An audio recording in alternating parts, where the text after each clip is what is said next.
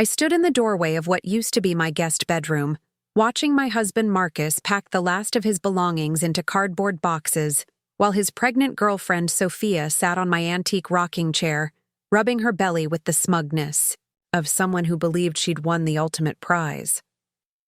The irony wasn't lost on me that she was sitting in the chair my grandmother had used to rock me to sleep as a child, the same chair where I'd planned to rock my own babies someday. The DNA. Results came back, I said quietly, holding the manila envelope that had arrived that morning. Would you like to see them? Marcus looked up from the box he was taping shut, his face flushed with the self-righteous anger that had become his default expression since he'd announced that Sophia would be moving into our home 6 months ago. I don't need to see anything. Elena, we've been through this. The baby is mine. Sophia needs support, and you need to accept that our marriage is over. Sophia shifted in the rocking chair, her hand moving protectively over her 7-month bump. At 23, she was 15 years younger than me, with the kind of fresh-faced beauty that made men forget about the women who'd supported them through their worst moments. Her blonde hair fell in perfect waves despite having spent the morning packing, and her maternity dress probably cost more than most people's monthly rent. Marcus is right, she said with the sweet voice that had apparently convinced my husband to abandon a 12-year marriage. We need to focus on our future and our baby. This whole situation would be so much easier if you'd just accept the inevitable and sign the divorce papers. I smiled, feeling the weight of the envelope in my hands. Inside were results that would shatter the carefully constructed fantasy they'd been living for the past 6 months. But more than that, inside was validation for everything I'd suspected, everything I'd quietly investigated, and everything I'd prepared for during the months when they'd treated me like an inconvenient obstacle to their happiness. Oh, I'll sign the papers, I said, walking further into the room that Sophia had redecorated with pastel colors and baby furniture purchased with money from the joint account Marcus controlled. But first, I think you should know who the father of that baby really is. The color drained from Sophia's face so quickly I thought she might faint. Marcus stopped mid-motion, a photo of them together at some romantic restaurant frozen in his hands. The silence stretched between us like a taut wire, filled with the weight of secrets that were about to explode into the open. What are you talking about? Marcus demanded, but his voice had lost its confident edge. The baby is mine.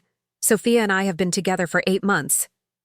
Have you? I opened the envelope with deliberate precision, savoring the moment when their entire world would collapse around them. Because according to these DNA results, the baby Sophia is carrying belongs to Detective Ryan Martinez of the Oakland Police Department. Your old partner from when you were on the force, Marcus. Your best man at our wedding. The same Ryan Martinez who's been having an affair with your pregnant girlfriend for over a year. Sophia shot to her feet with surprising agility. For someone 7 months pregnant, her face cycling through denial, anger, and finally, desperate calculation. That's impossible. You're lying. You couldn't have gotten DNA results without my consent. I held up a small plastic bag containing a hairbrush. This belonged to you, left behind in the bathroom after one of your many overnight stays in my home. Amazing what modern science can do with just a few hair follicles. The baby's father was easy to identify once I had samples from both potential candidates. Marcus was staring at the documents in my hands like they contained nuclear launch codes. Ryan? But he's married. He has kids. He was my partner for 6 years. He was your partner in more ways than you knew, I continued, pulling out additional photos from the envelope. These were taken outside the Marriott downtown, the same hotel where Sophia told you she was attending her sister's baby shower last month. Interesting how her sister's baby shower required overnight stays. With Detective Martinez, the photographs showed Sophia and Ryan in compromising positions, entering and leaving the hotel together, sharing intimate dinners, and in one particularly damning shot, Ryan's hand resting possessively on Sophia's pregnant belly while they kissed in the hotel parking lot. Sophia lunged for the photos, but I stepped back smoothly, my military training making the movement automatic.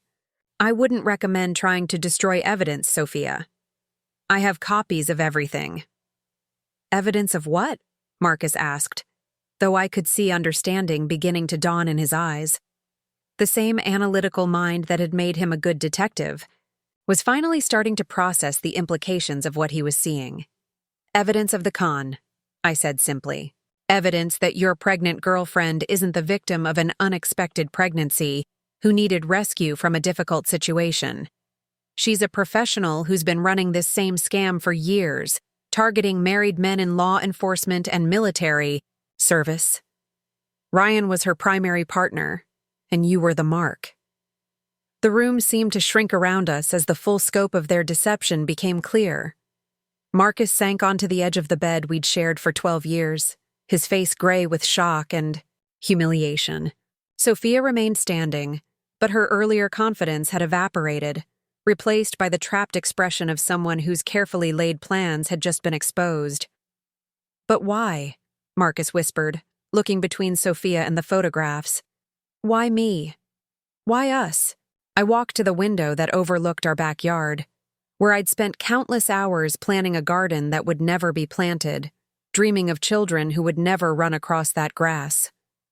"Because you were perfect for their operation, a decorated police detective with a stable marriage, a beautiful home, and access to confidential information that could be valuable to the right buyers. Ryan fed Sophia details about your cases, your schedule, your vulnerabilities. She used that information to become exactly what you needed when you were going through your midlife crisis." The midlife crisis. 6 months ago, Marcus had started, questioning everything about our life together. Our comfortable routine felt stifling. Our 12-year marriage felt stagnant. My career as a military contractor felt too demanding and secretive. He'd wanted excitement, passion, adventure. He'd wanted to feel young and desired again. Sophia had appeared at exactly the right moment, a young woman with problems who needed rescuing, who looked at Marcus like he was a hero instead of a middle-aged man struggling with his own sense of purpose. She'd been everything I wasn't: helpless, dependent, grateful for his protection and support. "The pregnancy was planned," I continued, watching Marcus's reflection in the window as understanding continued to devastate him. "Not with you, but with Ryan. They needed something that would cement your commitment, something that would make you feel responsible for her welfare. A baby creates an unbreakable bond, or so they thought." "This is insane," Sophia said, but her voice lacked conviction. "You're making this all up because you can't accept that Marcus chose me over you." I turned from the window and smiled at her with the same expression I'd worn while interrogating suspected terrorists in Afghanistan. "Am I? Then you won't mind if we call Ryan right now and ask him to explain these hotel receipts, these restaurant charges, and these medical appointments where he accompanied you to prenatal visits while Marcus was working?" The silence that followed was deafening. Marcus was staring at his hands, probably remembering all the times Sophia had claimed to be visiting her sister, attending prenatal classes, or dealing with pregnancy complications that required her to be away from our home for hours at a time. 12 years, he said finally, his voice barely audible. 12 years of marriage, and I threw it away for a lie. "No," I corrected gently, surprising myself with the compassion in my voice. "You threw it away for someone who studied your weaknesses and exploited them professionally. You were a victim too, Marcus, just not the kind of victim you thought you were." But even as I offered him that small mercy, I knew our marriage was over. Not because of Sophia's deception, but because of Marcus's willingness to abandon everything we'd built together for the promise of something better. The man I'd married would never have asked his pregnant mistress to move into our home. The man I'd married would never have dismissed my feelings so callously while rewriting our history to justify his betrayal. The DNA results were just the beginning. What Marcus and Sophia didn't know yet was that I'd been preparing for this moment, for months, building a case that would expose not just their personal deception, but the criminal enterprise they'd been running with Ryan Martinez. And in about 30 minutes, Detective Sarah Chen from Internal Affairs would be arriving with a warrant and some very pointed questions about missing evidence, compromised investigations, and a pattern of corruption that stretched back 3 years. But first, I had one more revelation to share. "Oh, and Marcus?" I said, noting how Sophia had gone completely pale and was gripping the back of the rocking chair for support. "You might want to sit down for this next part." The house at 847 Maple Ridge Drive had been my sanctuary for 12 years, a place where I'd imagined building a life that would heal the wounds left by 3 tours in Afghanistan. The 2-story colonial sat on a quiet street in Riverside, California, where American flags hung from front porches and neighbors still brought casseroles when someone was sick. It was the kind of neighborhood where military families put down roots, where children rode bikes on sidewalks, and where marriages were supposed to last forever. Marcus had carried me over the threshold on a rainy Tuesday in November, both of us laughing as we dripped water onto the hardwood floors we'd spent weeks refinishing together. We'd been so young then, so certain that love and determination could overcome anything. He was 28, a newly promoted detective with the Riverside Police Department who still believed that good guys always won in the end.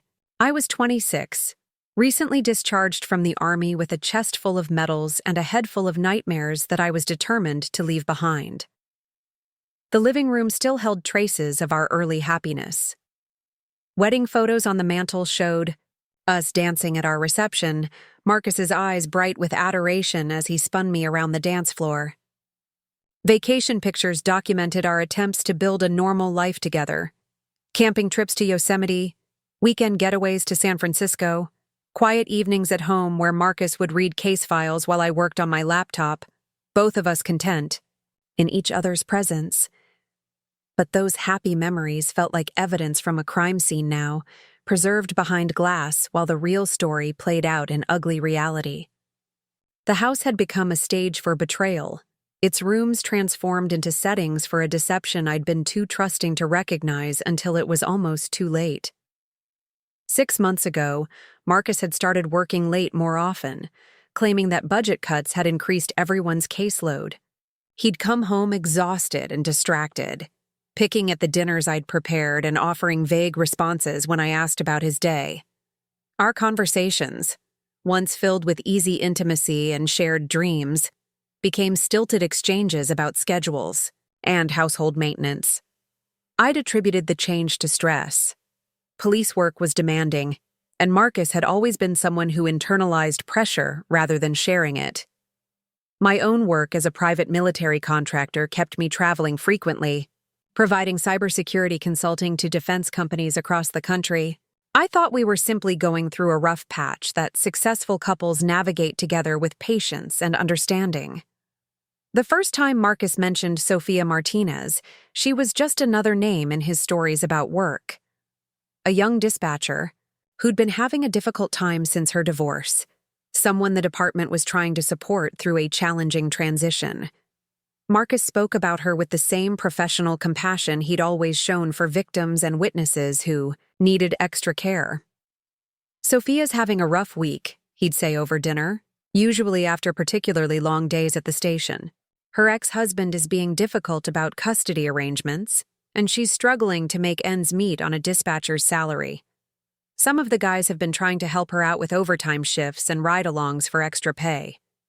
I'd nodded sympathetically, proud of my husband's kindness and the department's willingness to support their own. Marcus had always been protective of people he perceived as vulnerable, and it was one of the qualities that had drawn me to him initially. In Afghanistan, I'd seen too many men who viewed weakness as something to exploit. Marcus saw it as something to shield. The transition from professional concern to personal involvement happened so gradually that I didn't recognize it until it was too late. Sophia's problems became a regular topic of conversation at our dinner table. Her car needed repairs that she couldn't afford. Her landlord was threatening eviction because she'd been late with rent. Her ex-husband was demanding increased child support while refusing to take their daughter for his scheduled visitation weekends. "I was thinking we could invite Sophia over for dinner sometime," Marcus suggested one evening in March, his tone carefully casual as he helped me clear dishes from the table. "She's been under so much stress lately, and I think it would be good for her to spend time in a stable home environment. See what a healthy relationship looks like.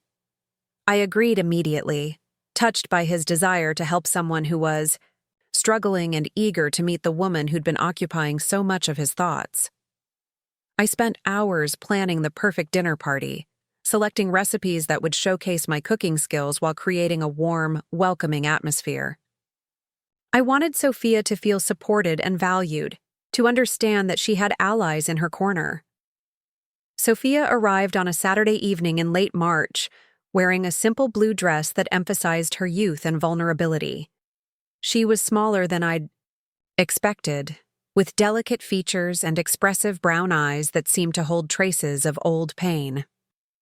When Marcus introduced us, she hugged me with surprising warmth and thanked me repeatedly for opening my home to her. "Marcus talks about you constantly," she said, her voice soft and slightly accented in a way that suggested Spanish was her first language. "He's so proud of your military service and your work.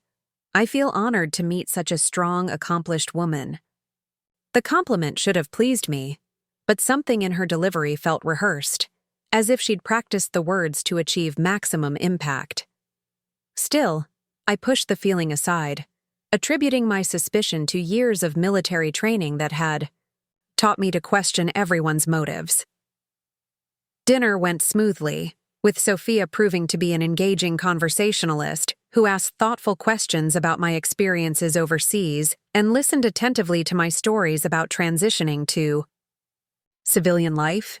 She shared carefully measured details about her own struggles, painting a picture of someone who was trying hard to rebuild her life after a devastating divorce, but kept encountering obstacles beyond her control. "My ex-husband convinced me to quit my job when our daughter was born," she explained, accepting a second glass of wine with grateful hands. "He said he wanted to take care of us, that I should focus on being a mother. But when I filed for divorce after discovering his affairs, I had no recent work experience, no independent income, nothing. Starting over at 23 with a toddler has been harder than I ever imagined." Marcus reached across the table to squeeze her hand in a gesture of comfort that lasted just a moment too long. "You're doing great, Sophia. You're stronger than, and things are going to get better." I watched the exchange with growing unease, noting the way Sophia's eyes brightened under Marcus's attention, and how my husband's voice softened when he spoke to her. There was an intimacy in their interaction that went beyond professional support or casual friendship. After Sophia left that evening, thanking us both profusely and promising to return the favor soon, Marcus was more animated than I'd seen him in months. He talked enthusiastically about her resilience, her determination to build a better life for her daughter, her gratitude for the help she'd received from the department. "She reminds me why I became a cop in the first place," he said, as we loaded the dishwasher together. "To help people who can't help themselves, to make a difference in lives that really need it." I nodded and smiled, but privately I wondered if Sophia reminded him of something else entirely. The way he'd looked at her during dinner, the careful attention he'd paid to her stories, the protective tone in his voice when he spoke about her struggles. It all felt familiar. It was how Marcus had looked at me when we first met, when I'd been struggling with PTSD and uncertain about my future. He'd seen someone who needed rescuing, and rescuing people was what Marcus did best. That night, lying in bed beside my husband, of 12 years, I stared at the ceiling and tried to convince myself that I was imagining problems that didn't exist. Marcus loved me. We had a good marriage built on mutual respect and shared values. One dinner with a colleague who needed support didn't change anything fundamental about our relationship. But deep in my gut, the same instinct that had kept me alive through 3 combat deployments was sending up warning flares. Something was wrong, and it was getting worse. I just had no idea how much worse it would get. The transformation began so subtly that I almost missed it, camouflaged within the normal rhythms of a 12-year marriage. Marcus started coming home later, his explanations growing more elaborate and less convincing with each passing week. department budget meetings that ran until 9 o'clock, training seminars that somehow required weekend attendance, court appearances that stretched far beyond normal business hours. Sophia's having car trouble again became his most frequent excuse, delivered with the weary tone of someone bearing an unwelcome burden. I offered to give her a ride home since it's on my way. Her neighborhood isn't safe for a woman alone at night, especially with everything she's been dealing with. I found myself calculating drive times and mapping routes, my military training making it impossible to ignore the inconsistencies in his stories. Sophia lived in a downtown apartment complex that was definitely not on Marcus's way home from the police station. The detour would add at least 40 minutes to his commute, longer during rush hour traffic. But when I mentioned this observation, Marcus's response was swift and cutting.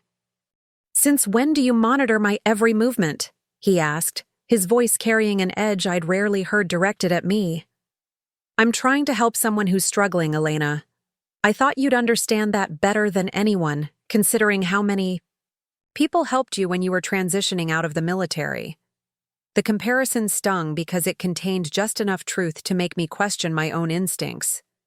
People had helped me during my darkest moments after discharge, when nightmares and hypervigilance made normal social interactions feel like combat operations. Marcus himself had been my anchor during those difficult months, patient and understanding when I woke up screaming or couldn't handle crowded spaces. But there was a crucial difference between the support I'd received and what Marcus was providing. Sophia. My helpers had been professionals, therapists, counselors, support group leaders who maintained appropriate boundaries. Marcus was becoming personally invested in Sophia's welfare in ways that felt increasingly intimate and exclusive. The phone calls started in April. Marcus's cell would ring during dinner, and he'd glance at the screen with an expression that mixed concern with something that looked suspiciously like anticipation. "It's Sophia," he'd say, already standing to take the call in another room. "She's probably having another crisis with her ex." These conversations would stretch for 30 or 40 minutes, leaving me to finish my meal alone while listening to the murmur of Marcus's voice from his home office. When he returned, he'd be distracted and emotionally drained, as if he'd been providing intensive counseling rather than casual support to a colleague. "What kind of crisis this time?" I'd ask, genuinely concerned for someone I'd come to think of as a friend. "The usual. He's threatening to take their daughter away if she doesn't agree to his demands about visitation schedules. She's terrified of losing custody, and honestly, I don't blame her. The guy sounds like a complete narcissist who uses their child as a weapon." Marcus's anger on Sophia's behalf was palpable and personal. He'd pace the kitchen while describing her ex-husband's latest manipulation, his fists clenched as if he was preparing to physically defend her honor. The protective instinct wasn't surprising. Marcus had always been someone who fought for the underdog, but the intensity of his emotional investment was troubling. I began noticing other changes in our daily routine. Marcus, who had never been particularly interested in his appearance beyond basic grooming, started spending extra time in front of the bathroom mirror each morning. New shirts appeared in his closet, styles that were younger and more fashionable than his usual conservative choices. He began working out more frequently, claiming that department fitness standards had become more stringent. Our sex life, which had been steady if unexciting, became sporadic and mechanical. Marcus seemed distracted during intimate moments, as if his mind was elsewhere. Afterward, he'd roll away quickly instead of holding me the way he had for 12 years. When I tried to discuss my concerns, he dismissed them as stress-related and temporary. "I'm dealing with a lot at work right now," he'd say, already reaching for his phone to check messages. Once things settle down with Sophia's situation, everything will go back to normal. But normal kept getting redefined as Sophia's presence in our lives expanded. She began calling during weekends, interrupting our rare, quiet moments together with emergencies that required Marcus's immediate attention. Her car would break down during our dinner dates, necessitating rescue missions that left me sitting, alone in restaurants. Her childcare would fall through at the last minute, making it impossible for Marcus to attend social events we'd planned together for weeks. "I'm sorry, babe," he'd say, not looking particularly sorry as he grabbed his keys and headed for the door. "Sophia doesn't have anyone else to call. Her family is in Mexico, and she hasn't made many friends since the divorce. I can't just abandon her when she needs help." The guilt was expertly applied, making me feel selfish for wanting my husband's attention when someone else was suffering. Marcus had always been generous with his time and energy, qualities I'd admired and supported throughout our marriage. Questioning his motives now felt like betraying the values we'd supposedly shared. But my military training had taught me to recognize patterns, and the pattern emerging around Sophia was classic manipulation. She had crises that only Marcus could solve. She needed support that only he could provide. She had vulnerabilities that only he understood. Gradually, she was becoming indispensable to him, while positioning herself as someone whose welfare depended entirely on his continued protection. The breaking point came on our wedding anniversary in May. I'd made reservations at the restaurant where Marcus had proposed 12 years earlier, planning an evening that would reconnect us and address the growing distance I felt in our marriage. I'd bought a new dress, arranged for flowers to be delivered to our table, and prepared a speech about recommitting to our partnership despite recent challenges. Marcus forgot. Not completely. He remembered the date and wished me a happy anniversary over coffee that morning. But he'd already committed to helping Sophia move into a new apartment that weekend, a move that apparently required his assistance all day Saturday and most of Sunday. Our dinner reservation was sacrificed to ensure that Sophia's transition went smoothly.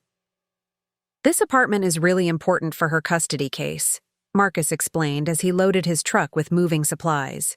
"If she can show the court that she's living in a stable, child-friendly environment, she'll have a better chance of maintaining primary custody. I can't let her down now, not when she's so close to getting her life back on track." I stood in our driveway, watching my husband drive away to spend our anniversary, helping another woman build her new life, and felt something fundamental shift inside me. This wasn't about kindness or professional obligation anymore. This was about Marcus, choosing someone else's needs over mine consistently and without apology. That evening, while Marcus texted me updates about furniture assembly and utility connections, I sat alone in our living room and began planning my own investigation. If my husband was having an affair, I needed to know. If Sophia was manipulating him, I needed proof. If my marriage was ending, I needed to understand why, so I could protect myself legally and emotionally. I opened my laptop and began researching Sophia Martinez, starting with public records and social media profiles. What I found in those first few hours of searching would prove to be just the beginning of a deception far more sophisticated than simple adultery. Sophia Martinez had a past that didn't quite add up, and Marcus was about to become the latest victim in a con game that had been running for years. What Marcus didn't know, what no one except my former commanding officer and a handful of Pentagon officials knew, was that Sergeant First Class Elena Rodriguez hadn't just been another combat medic during her 3 tours in Afghanistan. I'd been recruited during my second deployment by a joint task force that operated in the shadows between military intelligence and civilian contractor work, hunting financial networks that funded terrorist operations across Central Asia. The skills I'd learned tracking money through shell companies and offshore accounts, following digital breadcrumbs across international banking systems, and building cases against sophisticated criminal enterprises, hadn't disappeared when I traded my combat boots for civilian shoes. They'd simply been redirected toward a different kind of mission, building a legitimate business that could provide financial security for the family Marcus and I had planned to create. While Marcus saw me as his supportive wife who occasionally traveled for vague cybersecurity consulting work, the reality was far more complex. Rodriguez Security Solutions had become one of the most sought-after firms in the defense contracting world, specializing in financial crimes investigation and digital forensics for companies with government contracts. My client list included 3 Fortune 500 defense contractors, 2 federal agencies, and a private military company that handled sensitive operations across 4 continents. The home office that Marcus rarely entered wasn't just a converted spare bedroom where I paid bills and answered emails. It was a sophisticated command center equipped with encrypted communication systems, multiple computer networks, and investigation software that would make most police departments envious. The basement he never visited housed servers and data storage systems that contained terabytes of financial intelligence gathered over 5 years of contract work. I'd been careful to maintain the fiction of a modest consulting business, reporting income that matched what a mid-level cybersecurity contractor might reasonably earn. The bulk of my earnings flowed through carefully structured business accounts that Marcus had never seen, building toward a future that I'd imagined would include children's college funds and a comfortable retirement for both of us. But my investigative skills weren't just professional tools, they were survival instincts honed in places where the wrong assumption could mean death. So when Sophia Martinez entered our lives with her perfectly tragic backstory and conveniently timed crises, every alarm bell I'd learned to trust began ringing. The first red flag appeared within hours of beginning my research. Sophia's social media presence was extensive but shallow, filled with photos and posts that painted a picture of a struggling single mother trying to rebuild her life after a devastating divorce. But the metadata on her images told a different story. Many of the photos supposedly showing her life in Riverside had actually been taken in Phoenix, Arizona, and the timestamps suggested they'd been uploaded in bulk rather than posted in real time, as life events occurred. Her employment history at the Riverside Police Department was legitimate, but brief. She'd been hired as a dispatcher just 8 months ago, which coincidentally matched the timeline of when Marcus first mentioned her. Before that, her work history became murky. The restaurant job she'd mentioned during our dinner together couldn't be verified, and the apartment complex where she'd supposedly lived during her marriage had no record of any tenant named Sophia Martinez. But it was the divorce records that revealed the first major crack in her story. According to court documents filed in San Bernardino County, Sophia Martinez had indeed been divorced from a man named David Martinez 18 months ago. However, the custody arrangements she'd described to Marcus bore no resemblance to the actual court orders. There was no ongoing custody battle, no threats from an abusive ex-husband, and no child support disputes, because there was no child. The divorce decree clearly stated that the marriage had produced no minor children. David Martinez, far from being the controlling abuser Sophia had described, appeared to be a soft-spoken accountant who'd filed for divorce after discovering that his wife had been systematically draining their joint accounts to fund gambling debts she'd hidden throughout their 2-year marriage. I stared at the court documents on my computer screen, feeling the familiar cold clarity that had once helped me track terrorist financing networks across 3 countries. Sophia Martinez was running a con, and Marcus was her current mark. But the question remained, what was the endgame? The answer began emerging as I dug deeper into financial records and cross-referenced information with databases I still had access to through my defense contractor credentials. Sophia Martinez wasn't just lying about her personal history. She was part of a sophisticated operation that targeted law enforcement officers across multiple states. Over the following week, while Marcus continued his increasingly elaborate explanations for his extended absences, I methodically constructed a profile of the woman who'd infiltrated our marriage. The real Sophia Martinez had died in a car accident in Phoenix 2 years ago. The woman claiming her identity was actually Maria Santos, a 23-year-old originally from Tijuana who'd entered the United States illegally 5 years ago and had been perfecting her identity theft skills ever since. Maria's pattern was consistent and ruthless. She would research police departments in mid-sized cities, identify married detectives who fit a specific profile, successful, stable, approaching middle age, with access to sensitive information, and then insert herself into their lives through carefully orchestrated chance encounters. The desperate single mother narrative was her standard approach, designed to trigger protective instincts in men who'd chosen law enforcement because they wanted to help people. What made her operation particularly sophisticated was her partnership network. In each city, she worked with someone inside the police department who could provide intelligence about target officers and access to information that made her approach more effective. In Phoenix, it had been a records clerk who'd eventually been arrested for selling confidential police data. In Tucson, a dispatch supervisor who'd been fired for unauthorized database access. In Riverside, her inside contact was Detective Ryan Martinez, no relation despite the shared surname, which I suspected wasn't coincidental. What Marcus didn't know, what no one except my former commanding officer and a handful of Pentagon officials knew, was that Sergeant First Class Elena Rodriguez hadn't just been another combat medic during her 3 tours in Afghanistan. I'd been recruited during my second deployment by a joint task force that operated in the shadows between military intelligence and civilian contractor work, hunting financial networks that funded terrorist operations across Central Asia.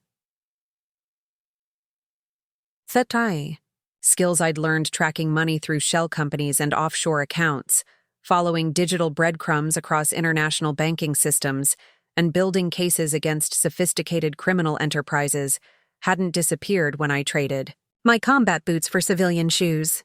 They'd simply been redirected toward a different kind of mission, building a legitimate business that could provide financial security for the family Marcus and I had planned to create.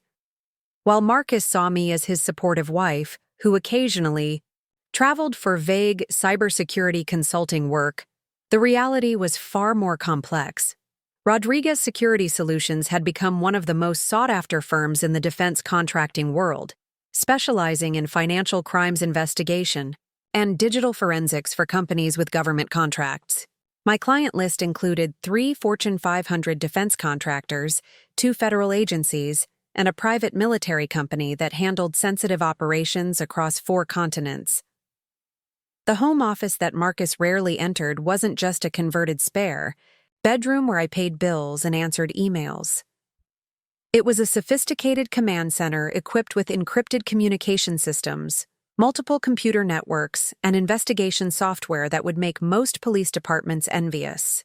The basement he never visited housed servers and data storage systems that contained terabytes of financial intelligence gathered over 5 years of contract work. I'd been careful to maintain the fiction of a modest consulting business, reporting income that matched what a mid-level cybersecurity contractor might reasonably earn. The bulk of my earnings flowed through carefully structured business accounts that Marcus had never seen, building toward a future that I'd imagined would include children's college funds and a comfortable retirement for both of us.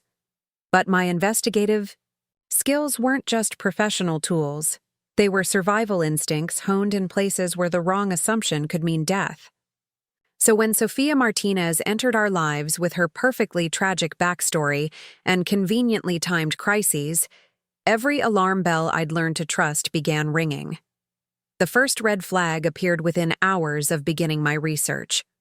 Sophia's social media presence was extensive but shallow, filled with photos and posts that painted a picture of a struggling single mother trying to rebuild her life after a devastating divorce. But the metadata on her images told a different story. Many of the photos supposedly showing her life in Riverside had actually been taken in Phoenix, Arizona, and the timestamps suggested they'd been uploaded in bulk rather than posted in real time, as life events occurred. Her employment history at the Riverside Police Department was legitimate, but brief. She'd been hired as a dispatcher just 8 months ago, which coincidentally matched the timeline of when Marcus first mentioned her. Before that, her work history became murky. The restaurant job she'd mentioned during our dinner together couldn't be verified, and the apartment complex where she'd supposedly lived during her marriage had no record of any tenant named Sophia Martinez. But it was the divorce records that revealed the first major crack in her story. According to court documents filed in San Bernardino County, Sophia Martinez had indeed been divorced from a man named David Martinez 18 months ago. However, the custody arrangements she'd described to Marcus bore no resemblance to the actual court orders. There was no ongoing custody battle, no threats from an abusive ex-husband, and no child support disputes, because there was no child. The divorce decree clearly stated that the marriage had produced no minor children. David Martinez, far from being the controlling abuser Sophia had described, appeared to be a soft-spoken accountant who'd filed for divorce after discovering that his wife had been systematically draining their joint accounts to fund gambling debts she'd hidden throughout their 2-year marriage. I stared at the court documents on my computer screen, feeling the familiar cold clarity that had once helped me track terrorist financing networks across 3 countries. Sophia Martinez was running a con, and Marcus was her current mark. But the question remained, what was the endgame? The answer began emerging as I dug deeper into financial records and cross-referenced information with databases I still had access to through my defense contractor credentials. Sophia Martinez wasn't just lying about her personal history. She was part of a sophisticated operation that targeted law enforcement officers across multiple states. Over the following week, while Marcus continued his increasingly elaborate explanations for his extended absences, I methodically constructed a profile of the woman who'd infiltrated our marriage. The real Sophia Martinez had died in a car accident in Phoenix 2 years ago. The woman claiming her identity was actually Maria Santos, a 23-year-old originally from Tijuana, who'd entered the United States illegally 5 years ago and had been perfecting her identity theft skills ever since. Maria's pattern was consistent and ruthless. She would research police departments in mid-sized cities, identify married detectives who fit a specific profile, successful, stable, approaching middle age, with access to sensitive information, and then insert herself into their lives through carefully orchestrated chance encounters. The desperate single mother narrative was her standard approach, designed to trigger protective instincts in men who'd chosen law enforcement because they wanted to help people. What made her operation particularly sophisticated was her partnership network. In each city, she worked with someone inside the police department who could provide intelligence about target officers and access to information that made her approach more effective. In Phoenix, it had been a records clerk who'd eventually been arrested for selling confidential police data. In Tucson, a dispatch supervisor who'd been fired for unauthorized database access. In Riverside, her inside contact was Detective Ryan Martinez, no relation despite the shared surname, which I suspected wasn't coincidental. Ryan had been Marcus's partner for 3 years before transferring to the narcotics division, and he'd maintained close contact with Marcus throughout that transition. He was also married with 2 children, which made his involvement in Maria's operation particularly disturbing. The financial records I was able to access through my contractor databases revealed a complex web of transactions flowing between accounts controlled by Maria Santos and Ryan Martinez. Over the past 18 months, they'd systematically siphoned money from at least 2 other law enforcement officers in neighboring jurisdictions, using combinations of emotional manipulation, identity theft, and insider information to drain savings accounts and retirement funds. But their current operation targeting Marcus appeared to be their most ambitious yet. Rather than simply stealing money and disappearing, they seemed to be planning something that required a longer timeline and deeper integration into his life. The pregnancy announcement that had devastated our marriage wasn't an accident or an unexpected complication. It was the centerpiece of their strategy. By the time I'd assembled this information, Marcus had already announced that Sophia would be moving into our home because her landlord was evicting her for missed rent payments. The eviction notice, which Marcus showed me with genuine distress, was expertly forged but would never hold up to scrutiny if anyone bothered to verify it. With the apartment complex, I realized I was watching the final phase of a con that had been planned for months, possibly years. Whatever Maria Santos and Ryan Martinez were after, They believed they needed Marcus emotionally committed enough to let them into his home, his life, and most importantly, his professional world. The question was whether they wanted access to his cases, his contacts, or something else entirely. And I had very little time to find out before their operation reached whatever conclusion they'd been working toward. But they'd made one crucial mistake in targeting Detective Marcus Rodriguez. They'd assumed his wife was just another supportive spouse who would be easy to manipulate or intimidate. They had no idea they'd declared war on someone who'd spent 3 years hunting sophisticated criminals in some of the most dangerous places on Earth. The morning Sophia moved into our guest bedroom, I was supposedly in Denver conducting a routine cybersecurity audit for an aerospace contractor. In reality, I was sitting in my home office watching the entire operation unfold through the discreet surveillance system I'd installed throughout our house 6 months earlier. The cameras were military-grade, nearly invisible, and fed directly to encrypted servers that even Marcus's police department couldn't access without federal warrants. I'd told Marcus I'd be gone for 3 days, giving them the perfect opportunity to execute whatever plan they'd been building toward. What I witnessed through those cameras over the next 72 hours revealed an operation far more sophisticated and dangerous than I'd imagined. Sophia didn't arrive alone. Ryan Martinez helped her move in, which would have been suspicious, enough given that Marcus believed Ryan was working a narcotics case in another county. But it was the third person who made my blood run cold. Detective Sarah Chen from Internal Affairs, someone I'd met at department holiday parties who'd always seemed like a straight-laced investigator dedicated to rooting out police corruption. Watching. Sarah Chen helped Sophia unpack fake maternity clothes and discuss the timeline for Phase 3 of their operation. I realized the conspiracy Marcus had stumbled into was far larger than a simple romance scam. This was a coordinated effort to infiltrate and compromise the Riverside Police Department from multiple angles, using romantic manipulation as just one tool in a broader criminal enterprise. Through my surveillance system, I watched them transform our guest bedroom into what they called their command center. They installed their own recording equipment, photographed documents from Marcus's home office, and conducted lengthy planning sessions where they discussed other officers they were targeting and information they were gathering for sale to unnamed buyers. Marcus is perfect for the federal cases, Sarah Chen explained to Sophia while they arranged surveillance photos of our neighbors on the bed Marcus had helped assemble. He's got access to DEA Joint Task Force intelligence, Border Patrol, coordination data, and immigration enforcement operations. The cartels will pay 7 figures for advance warning about raids and informant identities. Sophia nodded while applying makeup to enhance her pregnancy appearance. The belly she'd been showing off was an elaborate prosthetic that she adjusted, based on the timeline she needed to maintain. How much longer do we need to keep this up? Living in their house is risky, especially with his wife's background. What background? Ryan asked, looking up from a laptop where he was accessing what appeared to be confidential police databases.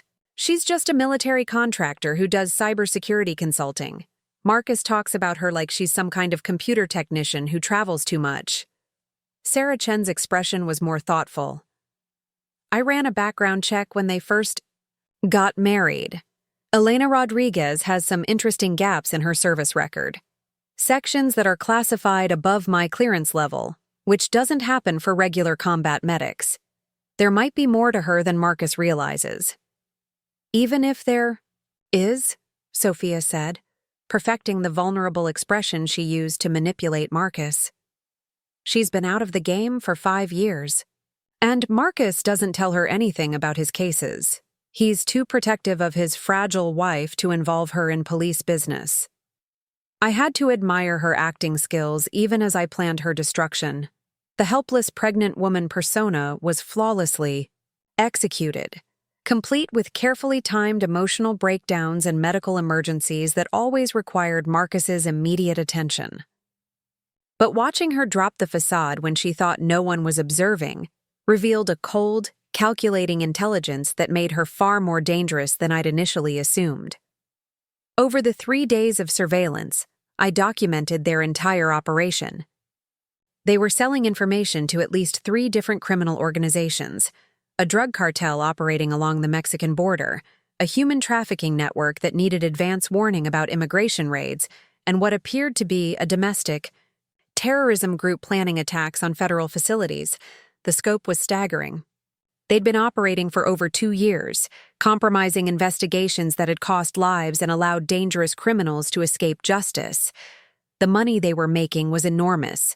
Sarah Chen alone had received over $800,000 in offshore payments during the past 18 months. But their current operation targeting Marcus was intended to be their retirement score. His assignment to a federal task force investigating cartel money laundering operations made him a goldmine of intelligence. The pregnancy scam wasn't just about emotional manipulation. It was about creating a situation where Marcus would be so committed to protecting Sophia that he'd compromise investigations to ensure her safety. Once the baby is born and they're legally married, Ryan explained during one of their planning sessions, Marcus will have every incentive to cooperate with our operations. We'll own him completely, threaten the wife and kid, and he'll hand over whatever intelligence we need. They were planning to destroy Marcus's career, compromise ongoing federal investigations, and potentially get agents killed in the field. All while using my home as their base of operations and my husband as their unwitting accomplice.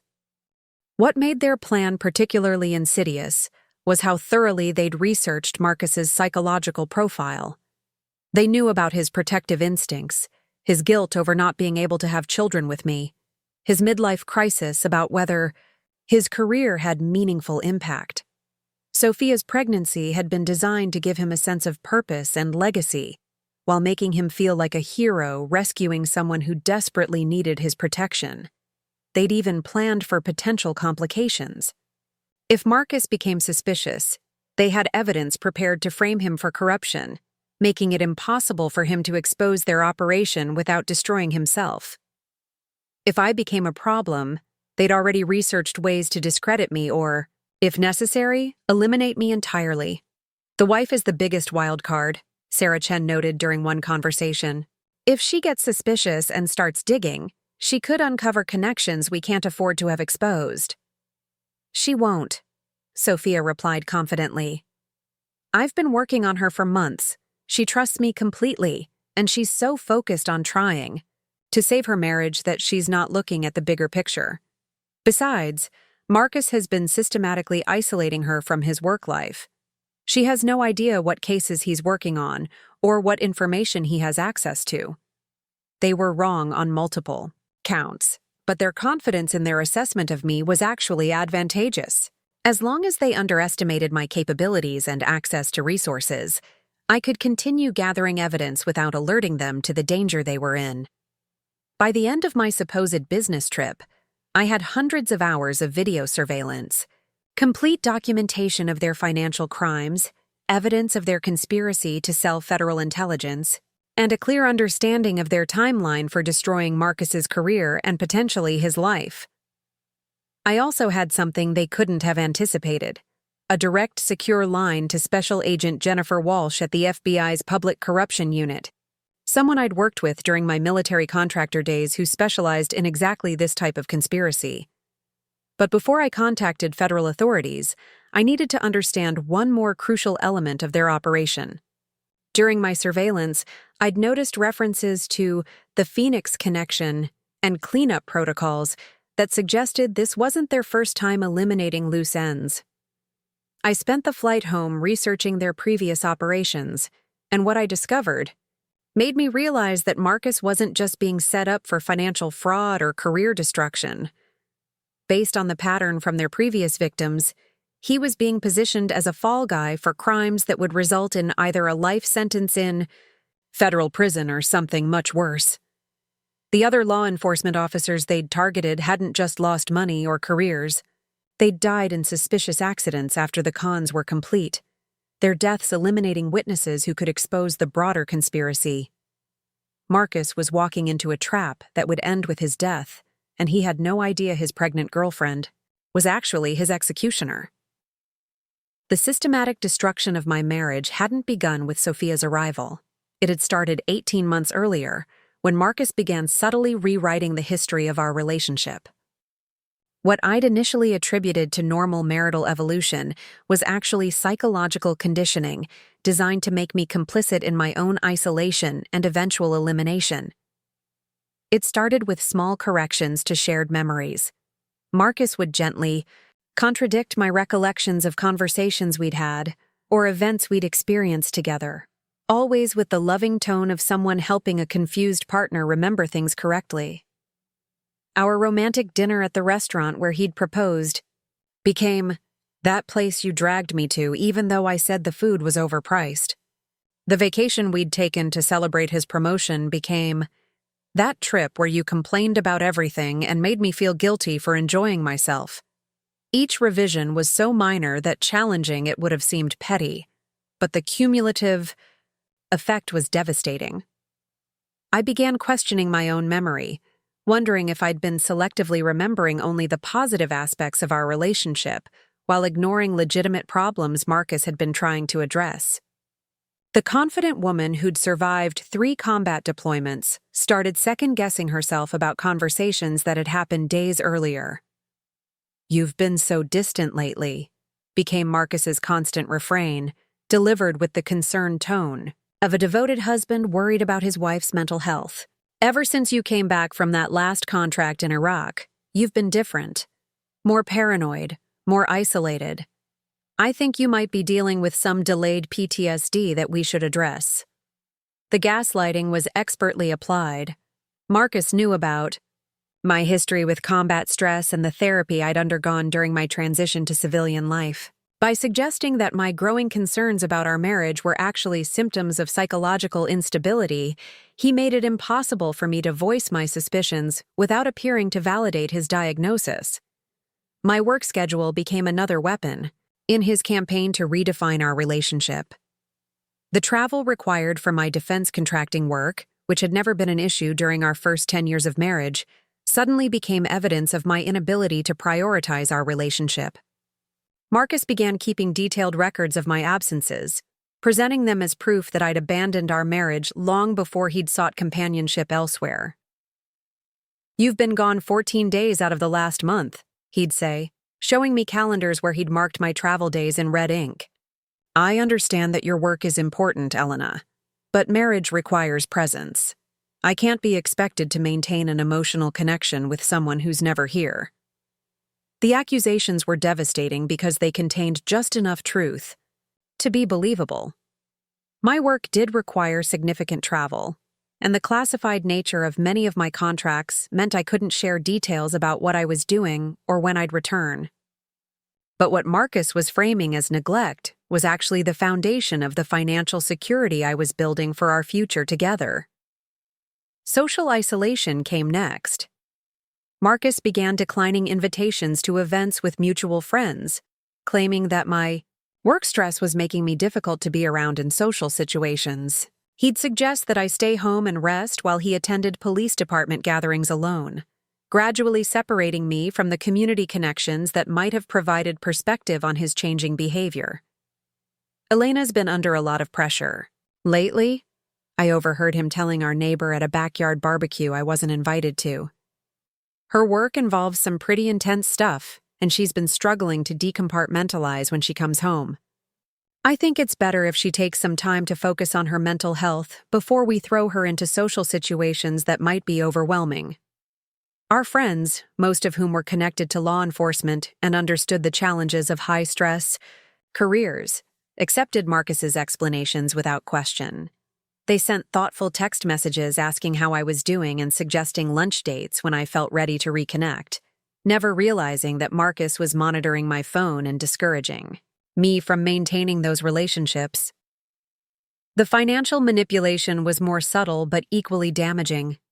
Marcus suggested consolidating our accounts for better financial planning, taking control of our household budget while positioning himself as the responsible partner managing our domestic affairs.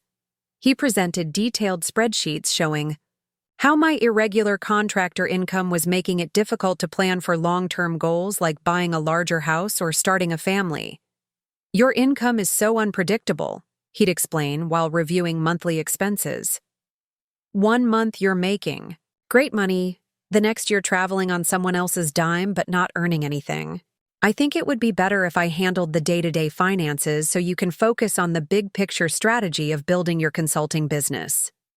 What Marcus didn't know was that my irregular income was actually far more substantial and consistent than he realized. The contracts I worked involved multiple payment streams, some of which were structured to appear as modest consulting fees, while the majority flowed through business accounts he'd never seen. But his control over our household finances created the illusion that I was financially dependent on his police salary. The most devastating manipulation involved our plans for children. Marcus began expressing doubts about whether we should start a family given my work commitments and what he characterized as my increasing emotional instability.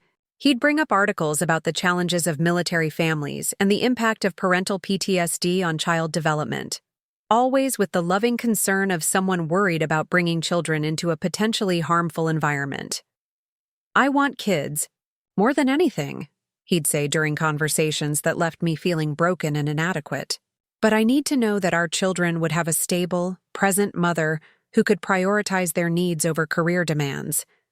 Right now, I'm not sure you're in a place to make that commitment."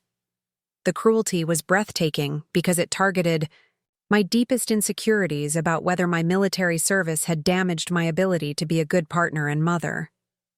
Marcus was using my own fears against me, making me believe that my desire for children was selfish given my supposed psychological limitations. By the time Sophia entered our lives, Marcus had already convinced me that I was a problematic wife whose career obsessions and emotional instability were destroying our marriage.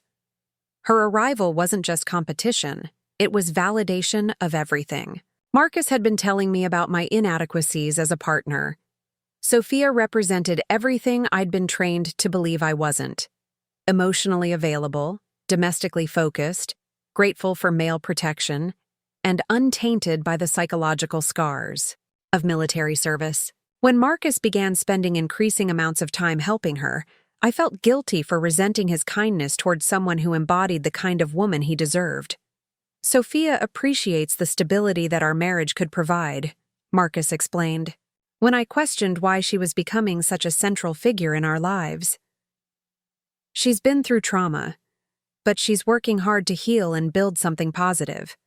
Maybe spending time with her could help you remember what it means to be grateful for what we have, instead of always focusing on what's wrong." The comparison was devastating and deliberate. While I was portrayed as someone whose military service had made her paranoid and emotionally unavailable, Sophia was the grateful survivor who appreciated male protection and domestic security. Marcus wasn't just having an affair. He was conducting a master class in psychological abuse designed to make me believe I deserved abandonment. But what Marcus didn't understand was that the same training that had made me effective in combat had also taught me to recognize when I was under attack. The constant questioning of my memory, the systematic isolation from support networks, the financial control disguised as helpful management, these weren't the natural evolution of a troubled marriage. They were the tactics of an enemy preparing for total victory. The call to Special Agent Jennifer Walsh at the FBI's Public Corruption Unit was the first time in months that I felt like myself again. Jennifer and I had worked together during my final military contract, investigating financial networks that funded insurgent operations in Afghanistan. She understood both my capabilities and my security clearance level, which made explaining the situation I'd uncovered significantly easier than it would have been with a civilian law enforcement officer. "Elena, I haven't heard from you in over a year," Jennifer said, her voice warm but immediately shifting to professional alertness. "When I mentioned I was calling about an active corruption investigation, what kind of situation are we talking about?" I gave her a comprehensive briefing on everything I'd discovered about Maria Santos, Ryan Martinez, and Sarah Chen's operation. Jennifer listened without interruption, occasionally asking for clarification about specific details or requesting that I send encrypted files to verify the evidence I'd gathered. When I finished explaining the scope of the conspiracy, there was a long pause before she responded. Elena, what you're describing is potentially the largest police corruption case we've seen in Southern California in the past decade. If your evidence is solid, we're looking at RICO charges, federal conspiracy, and enough corruption to invalidate dozens of ongoing investigations and prosecutions. The evidence is solid, I assured her, uploading surveillance files to the secure server we'd used during our military collaboration. But there's something else you need to know.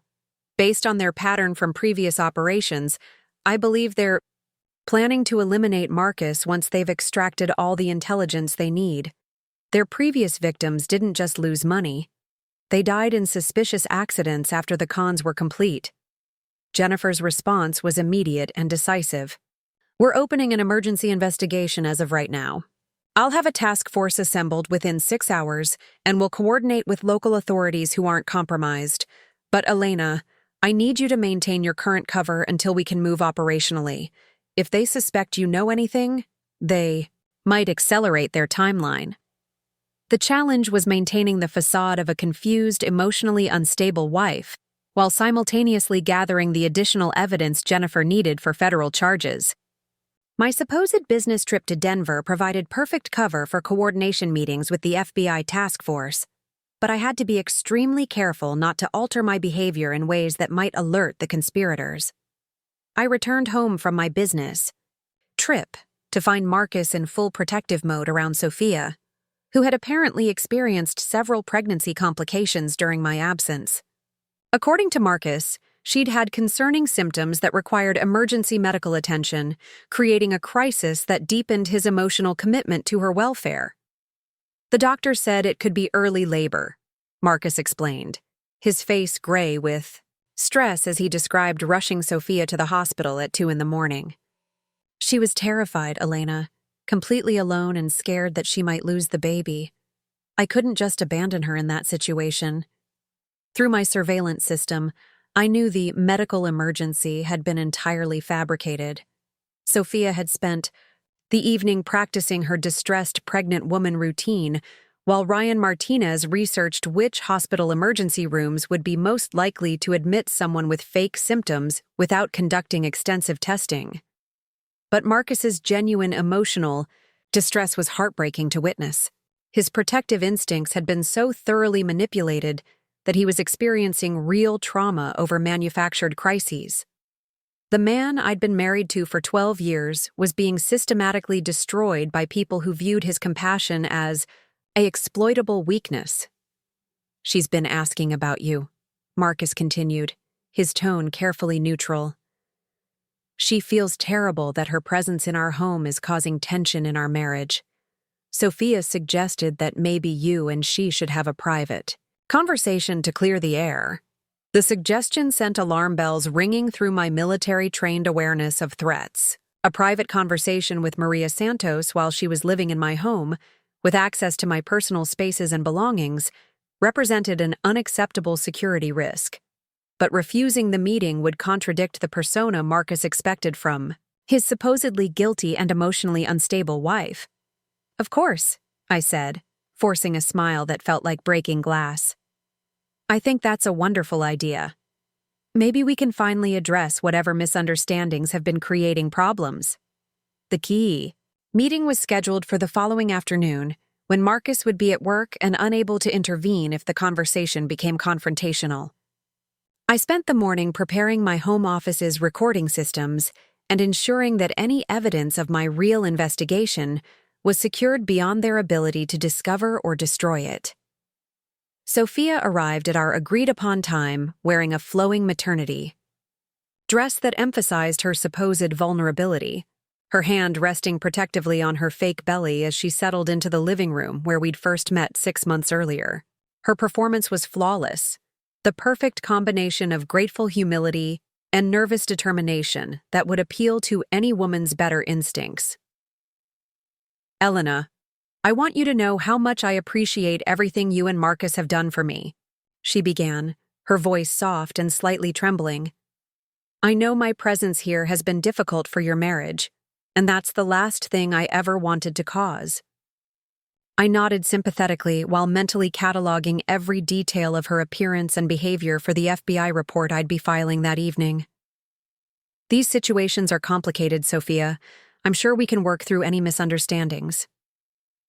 That's what I'm hoping, she said, reaching into her purse and pulling out what appeared to be ultrasound images. I wanted to show you these pictures from my last appointment. I know seeing the baby might help you understand why this means so much to Marcus. The ultrasound photos were expertly forged, showing a developing fetus that would correspond to her supposed timeline. But I'd seen enough real ultrasounds during my military medical training to recognize that these images had been digitally manipulated, probably purchased from one of the many online sources that catered to women running pregnancy scams.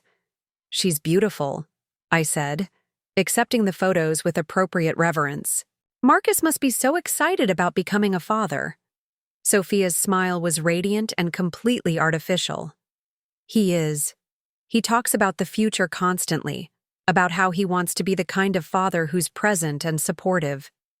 I think becoming a parent is going to transform him in wonderful ways. The conversation continued for over an hour, with Sophia expertly probing for information about my work, my travel schedule, and my knowledge of Marcus's cases.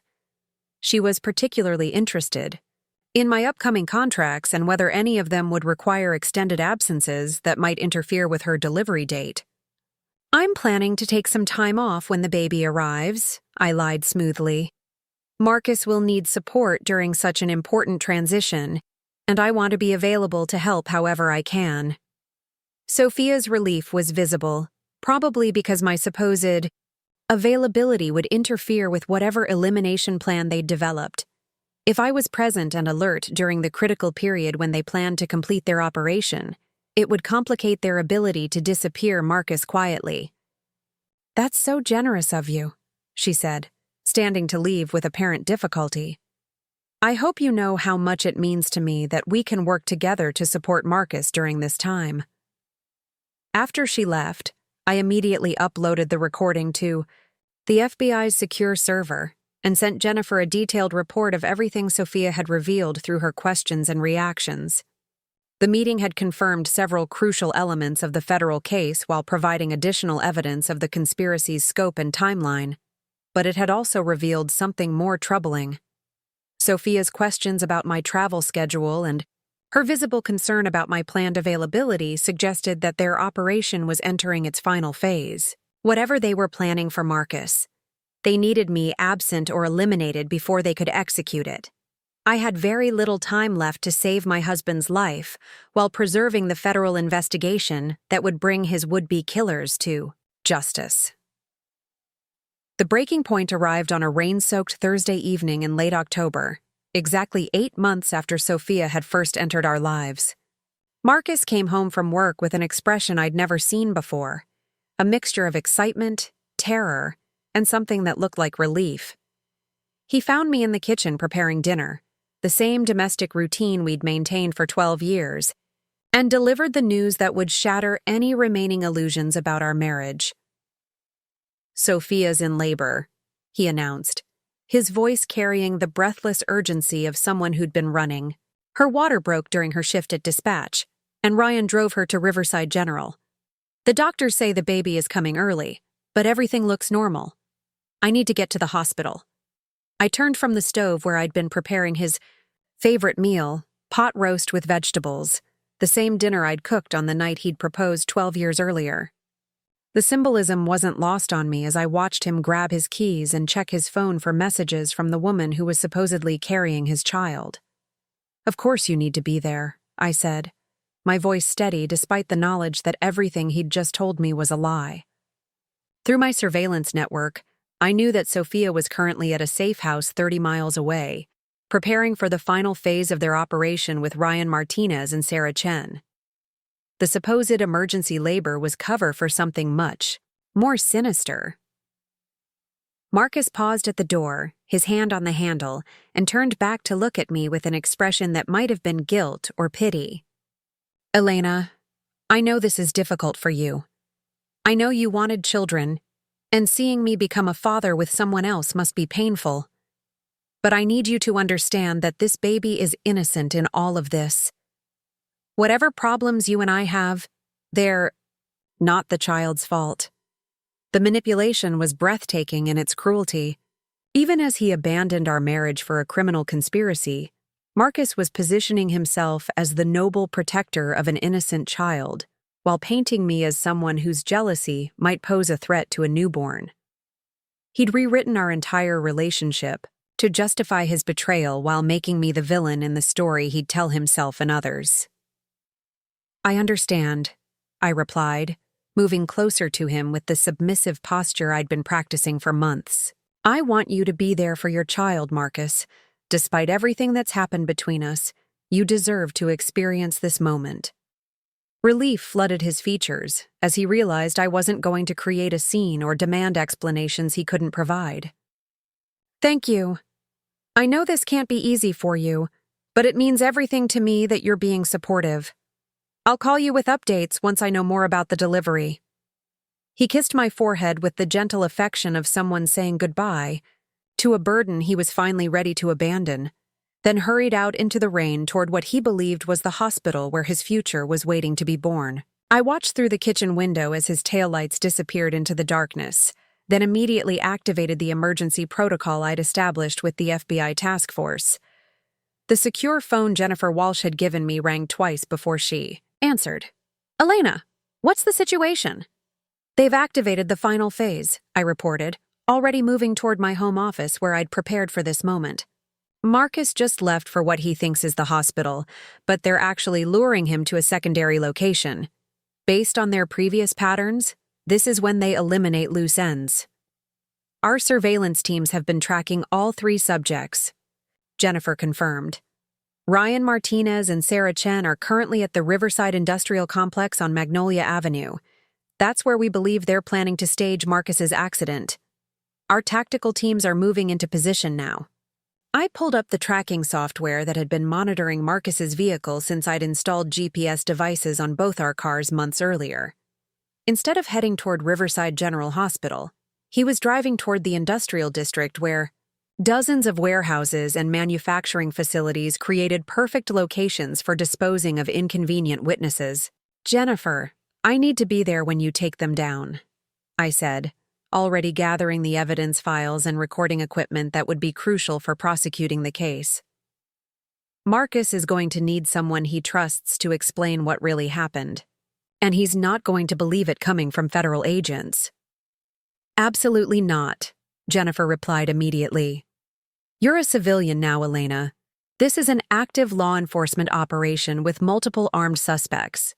You've done your job by providing intelligence. Let us handle the tactical response. But I was already moving toward my vehicle, the muscle memory of combat operations overriding civilian safety protocols.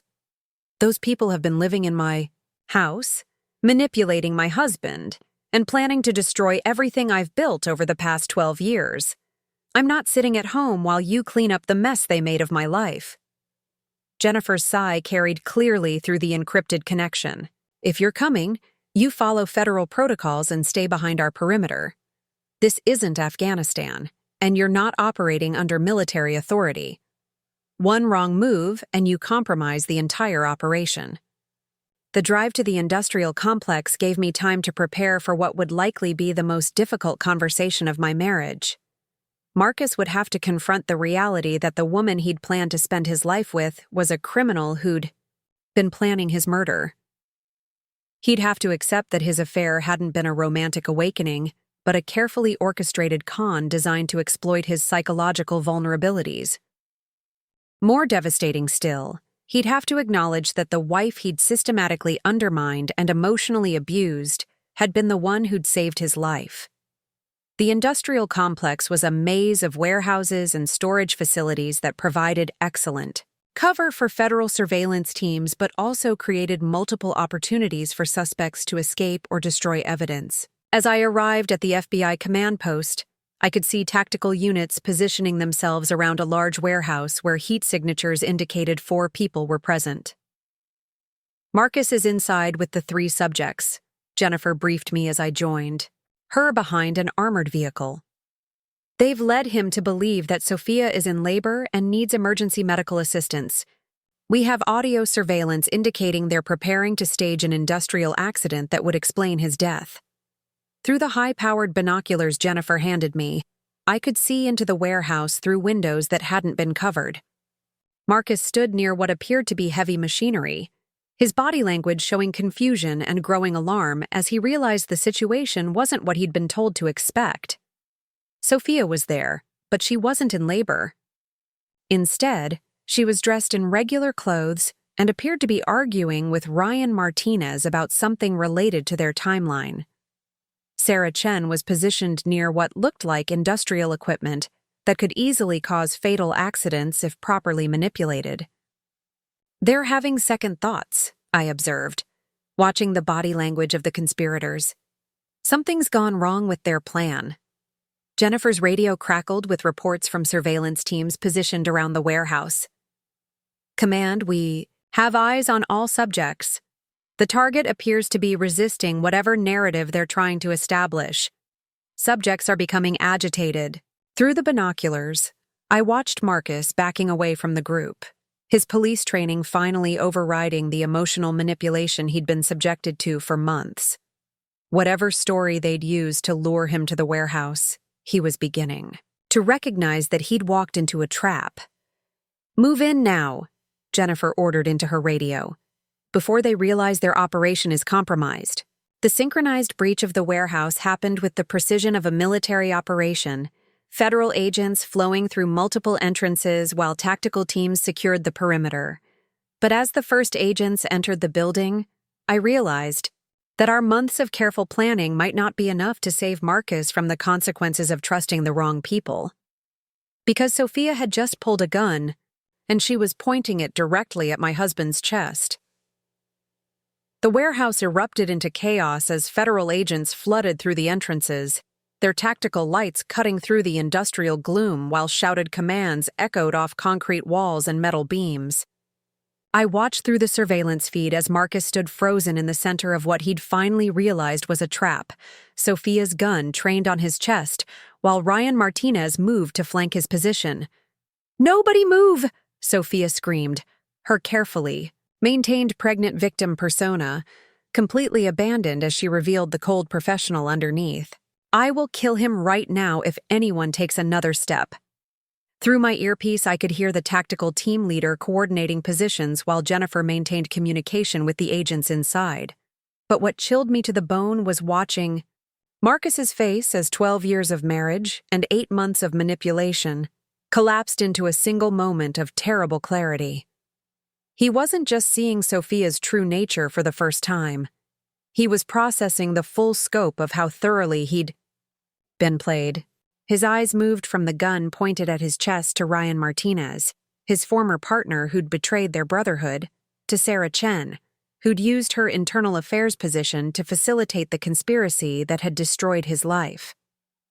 "Marcus, don't move," I whispered into my headset, knowing he couldn't hear me but needing to say something as I watched the man I'd married for 12 years face the consequences of trusting the wrong people. "Stay calm and let the professionals handle this." But Marcus was a 15-year veteran of law enforcement who'd been trained to assess threats and respond to dangerous situations. Even unarmed and outnumbered, his tactical instincts were evaluating options while his emotional state processed the magnitude of the betrayal surrounding him. "You're not pregnant," he said to Sophia, his voice carrying the flat tone of someone stating facts rather than asking questions. "You were never pregnant. This whole thing, the moving into our house, the emergency tonight, everything, it was all a setup." Sophia's laugh was sharp and bitter, nothing like the gentle sounds that had once charmed him during dinner at our kitchen table. "Congratulations, Detective Rodriguez. You finally figured out what your wife probably suspected months ago. Too bad you're going to die from your stupidity." The mention of me seemed to trigger something in Marcus's expression, a shift from shock to what looked like regret mixed with growing understanding. "Elena knew. She tried to warn me and I wouldn't listen." "Your wife is smarter than you gave her credit for," Ryan Martinez said, moving closer while keeping his own weapon ready. Military contractor my ass. Do you have any idea what kind of security clearance Elena Rodriguez actually holds? What kind of investigations she's capable of conducting? Sarah Chen was monitoring communications on a handheld radio, her face growing increasingly pale as she processed whatever she was hearing through law enforcement channels. We need to move this along. Federal Task Force communications are indicating they have the building surrounded. Our exit strategy is compromised. Through the surveillance feed, I watched Sophia's grip tighten on her weapon as she calculated options for ending the situation quickly. The cold professionalism in her movements made it clear that killing Marcus wasn't an unfortunate necessity. It was always been the intended conclusion of their operation. Elena's been building a case against us for months, Sophia continued, her tone conversational despite the gun in her hands, recording our conversations, documenting our financial transactions, probably coordinating with federal authorities while you were busy playing the devoted father-to-be. Your marriage might have been worth saving if you'd been smart enough to listen to her instead of thinking with parts of your anatomy that don't include your brain. The tactical situation was deteriorating rapidly. FBI agents had secured the perimeter, but Sophia's position in the center of the warehouse gave her clear sight lines to multiple entrances while using Marcus as a human shield. Any attempt to neutralize her carried unacceptable risk to his safety. Jennifer's voice crackled through my earpiece with updates from the tactical commander. Negotiator is requesting more time to establish communication. Subject appears increasingly unstable and may escalate to violence without provocation. But I could see something in the surveillance feed that the tactical teams couldn't observe from their positions. Marcus wasn't just standing passively while Sophia decided his fate. He was gradually shifting his weight and positioning himself for action. 15 years of police work and military-style training hadn't disappeared just because he'd been emotionally manipulated. Sophia, Marcus said, his voice carrying the calm authority he'd used during hundreds of dangerous arrests. You're surrounded by federal agents. Even if you kill me, you're not walking out of here alive. But if you surrender now, you might be able to negotiate some kind of plea agreement. Negotiate? Sophia's response was filled with genuine amusement. Marcus, you still don't understand what this is really about.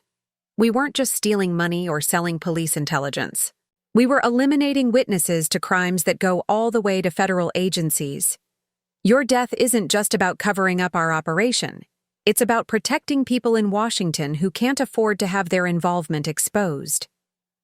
The revelation hit like a physical blow. The conspiracy Marcus had stumbled into wasn't just local corruption. It was part of a network that reached into federal law enforcement agencies. Sophia, Ryan, and Sarah weren't just criminals. They were assets being protected by people with the power to make investigations disappear and evidence vanish. Federal agencies?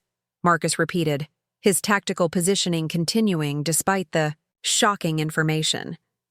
What kind of federal involvement? Ryan Martinez checked his watch and gestured impatiently toward the warehouse exits. The kind that means killing you isn't just about protecting our operation.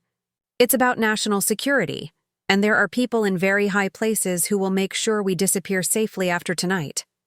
Sarah Chen's radio crackled with an incoming transmission that made her face go completely white. We have a problem. The task force leader is Special Agent Jennifer Walsh from the Public Corruption Unit. She's the same agent who investigated the Phoenix operation that went bad 2 years ago. The implications were staggering. Jennifer Walsh hadn't just been investigating Sophia's current operation. She'd been tracking this conspiracy for years, following a trail that led from local police corruption to federal agencies that were supposed to be fighting the crimes they were actually facilitating. Jennifer Walsh, Sophia repeated, her weapon wavering slightly as she processed this information. If she's running this operation, then Elena Rodriguez isn't just some military contractor who got suspicious about her husband's affair. She's someone with federal connections and access to intelligence networks that we never identified. Through my earpiece, I heard Jennifer's voice directing tactical teams to new positions, while maintaining communication with negotiators who were trying to establish contact with the subjects inside. But I could also see that Marcus was running out of time as Sophia's desperation increased and her willingness to kill became more apparent. "Elena's not the problem anymore," Ryan Martinez said, raising his own weapon as he spoke. "The problem is federal agents who know too much about operations they should never have discovered. We clean this up tonight, or we spend the rest of our lives running from people who have unlimited resources to hunt us down." The moment had arrived when months of careful investigation and federal coordination would either save Marcus's life or fail catastrophically. Through the surveillance feed, I watched my husband prepare to fight for his survival, while the criminals who destroyed our marriage made their final desperate gamble for escape. But they'd made one crucial mistake in their calculations. They'd assumed that Elena Rodriguez was just another supportive military wife who would stay safely behind federal perimeters while professionals handled dangerous situations. They had no idea that I was already inside the warehouse, moving through shadows toward a position where I could end this standoff on my own terms. The maintenance tunnel I'd identified during my surveillance had given me access to the warehouse's lower level, where industrial machinery and storage areas provided cover. For movement toward Marcus's position, my military training kicked in automatically as I navigated through the shadows, the muscle memory of 3 combat deployments overriding the civilian contractor identity I'd maintained for 5 years. Through my earpiece, I could hear Jennifer coordinating with tactical teams while negotiators attempted to establish communication with Sophia, but I could see what they couldn't. Marcus was running out of time as desperation made the conspirators increasingly unpredictable and violent. "Last chance, Detective Rodriguez," Sophia was saying as I moved into position behind a bank of industrial equipment. "Your wife might have been smart enough to build a federal case against us, but she wasn't smart enough to save your life. Any final words for Elena before this industrial accident claims another victim?" Marcus's response was the man I'd fallen in love with 12 years earlier, the police officer who'd chosen his career because he wanted to protect people who couldn't protect themselves. "Yeah, I've got something to say. Elena deserves a better husband than someone who was stupid enough to throw away 12 years of marriage for a criminal who was planning to kill him." The admission hit me harder than I'd expected, validation of everything I'd suspected, but also confirmation that the man I'd married was still there underneath months of manipulation and psychological conditioning. Marcus understood now that his affair hadn't been a romantic awakening, but a professionally orchestrated deception designed to exploit his vulnerabilities. "How touching," Ryan Martinez said, checking his watch again as sirens grew louder outside the warehouse. "But we're out of time for relationship counseling. Federal task forces aren't going to wait much longer before they breach this position." I'd reached the optimal firing position, with clear sight lines to all 3 conspirators and multiple escape routes if the situation deteriorated further. Through my scope, I could see Sophia's finger moving toward the trigger while Sarah Chen monitored law enforcement communications that were clearly indicating an imminent tactical assault. "Sophia?" I called out, my voice carrying across the warehouse with the authority of someone who'd spent years in combat situations. "Lower your weapon and step away from my husband." The effect was immediate and dramatic. All 3 conspirators spun toward my voice while Marcus dropped to the ground, his police training making the movement automatic when gunfire became likely. Sophia's carefully maintained composure finally cracked completely as she realized that the wife she'd dismissed as a minor obstacle had somehow appeared in the middle of their supposedly secure operation. "Elena Rodriguez," Sophia said, her voice carrying a mixture of respect and fear that hadn't been there during our previous encounters. "Should have known you wouldn't stay safely behind federal perimeters like a good civilian contractor." I stepped into the light, my military-issue sidearm trained on Sophia, while keeping Ryan Martinez and Sarah Chen in my peripheral vision. "Sergeant First Class Elena Rodriguez, U.S. Army Special Operations. 3 tours in Afghanistan, 5 years of defense contracting, and 12 years of marriage to a man who deserved better than being murdered by criminals he was stupid enough to trust. The military credentials had their intended effect. Ryan. Martinez lowered his weapon slightly, recognizing that he was facing someone with combat experience that exceeded his police training. Sarah Chen backed away from her position, clearly calculating whether surrender might be preferable to a firefight with federal agents and a special operations veteran. But Sophia held her ground, her weapon still pointed in Marcus's direction, despite my clear shot at her center mass. Impressive resume, Elena, but you're still outnumbered, and I'm still the one with a gun pointed at your husband's head. Actually, I replied, noting the red laser dots that had appeared on all 3 conspirators as FBI tactical teams acquired their targets, you're the ones who are outnumbered, and the man you're threatening to kill is the same one who's going to testify about how you manipulated him into compromising federal investigations. Through my earpiece, Jennifer's voice was coordinating the final phase of the operation. Elena, hold your position. Tactical teams are ready to move on your signal. Marcus was still on the ground but had positioned himself to move quickly when the shooting started. Our eyes met across the warehouse floor, and I saw something I hadn't seen in months. The man who'd once promised to love and protect me for the rest of our lives. Marcus, I said, my weapon never wavering from Sophia's center mass.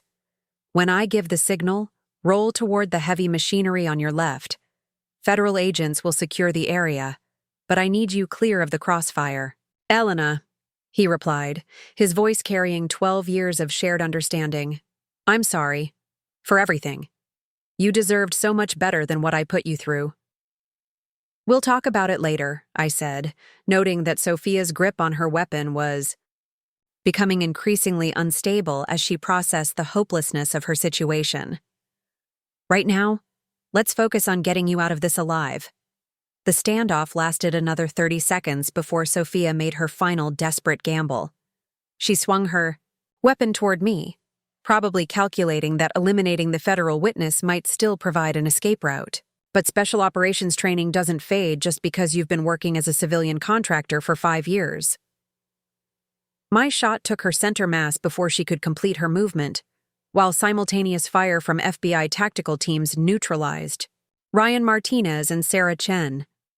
The warehouse filled with smoke and shouted commands as federal agents secured the scene and provided medical attention to the wounded suspects.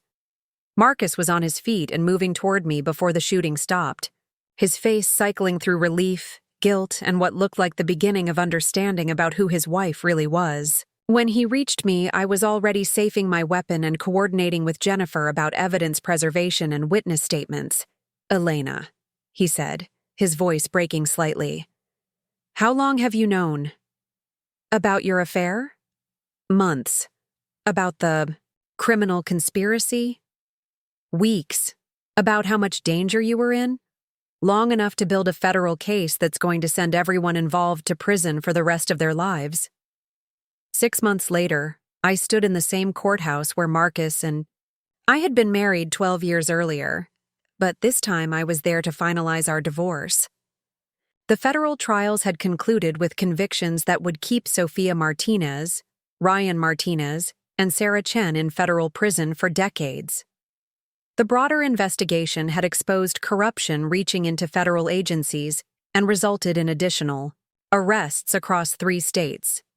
Marcus had testified as a cooperating witness, his genuine remorse and complete cooperation earning him immunity from prosecution, despite his unwitting involvement in compromising federal investigations.